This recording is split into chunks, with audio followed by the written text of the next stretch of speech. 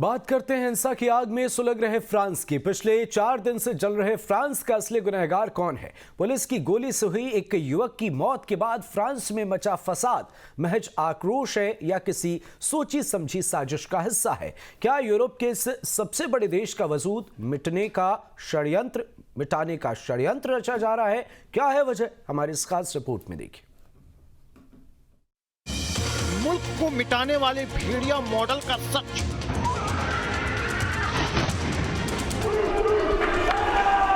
गाड़ियां फूंक दी जाती है जब किसी मुल्क में भेड़िया मॉडल लागू होता है। सभ्यता मिटाने की कोशिश की जाती है जब किसी देश में भेड़िया मॉडल लागू होता है।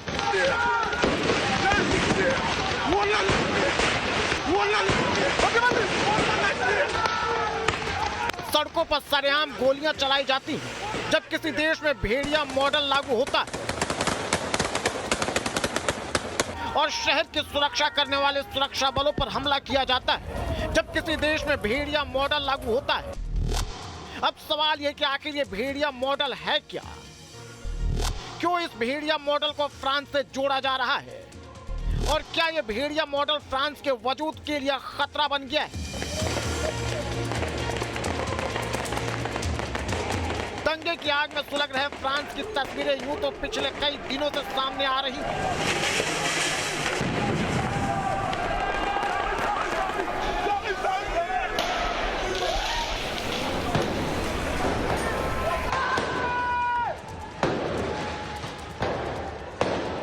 मगर दंगाइयों ने जब स्कूल, कॉलेज और लाइब्रेरी तक को फूंक दिया तो अचानक दंगाइयों की नीयत पर सवाल खड़े होने लगे। साफ होने लगा कि युवक की हत्या तो महज बहाना भर है।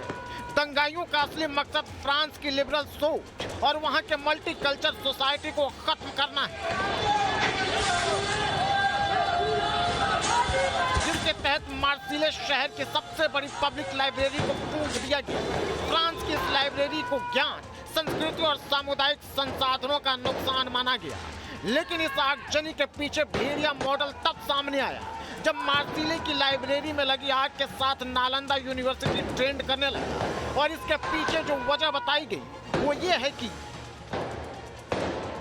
मार्सिले की लाइब्रेरी को जलाकर फ्रांस की संस्कृति और सभ्यता मिटाने की कोशिश की गई है। ठीक ऐसा ही कृत्य 1193 में आक्रमणकारी बख्तियार खिलजी ने किया था जब उसने नालंदा विश्वविद्यालय के साथ उसकी बड़ी लाइब्रेरी को भी जला डाला था।